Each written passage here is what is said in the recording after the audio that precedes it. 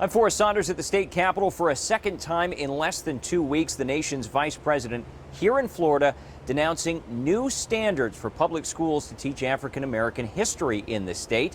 Kamala Harris also rejecting an offer to sit down and discuss those standards with state officials. It was Monday evening. Governor DeSantis sent the vice president this letter calling on her to come to Tallahassee and chat with state officials about those new controversial Black history standards for public schools. Quote, "It's past time to set the record straight," DeSantis said. "In Florida, we are unafraid to have an open and honest dialogue about the issues." Right here in Florida, they plan to teach students that enslaved people benefited from slavery. VP Kamala Harris offered her response Tuesday in Orlando. It was an unequivocal no. There is no round table, no lecture, no invitation we will accept to debate an undeniable fact.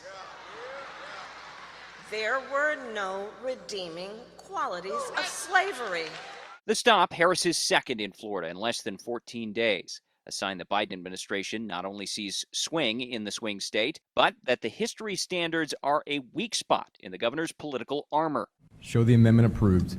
The state ed board approved the changes last month. Lessons include instruction on, quote, how slaves developed skills which in some instances could be applied for their personal benefit, and, quote, acts of violence perpetrated against and by African Americans. Officials defend them as honest and fair.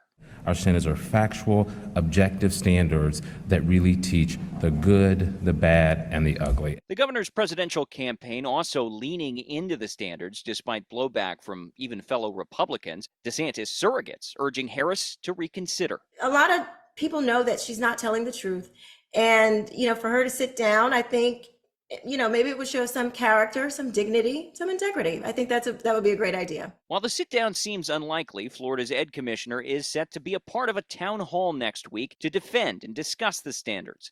State Senator Chevron Jones, a Democrat, the organizer, with high hopes. The fact of the matter is the people want answers, regardless of what the politics is, right, around it. Yeah, we owe it to the community. Time will tell what comes of the meeting.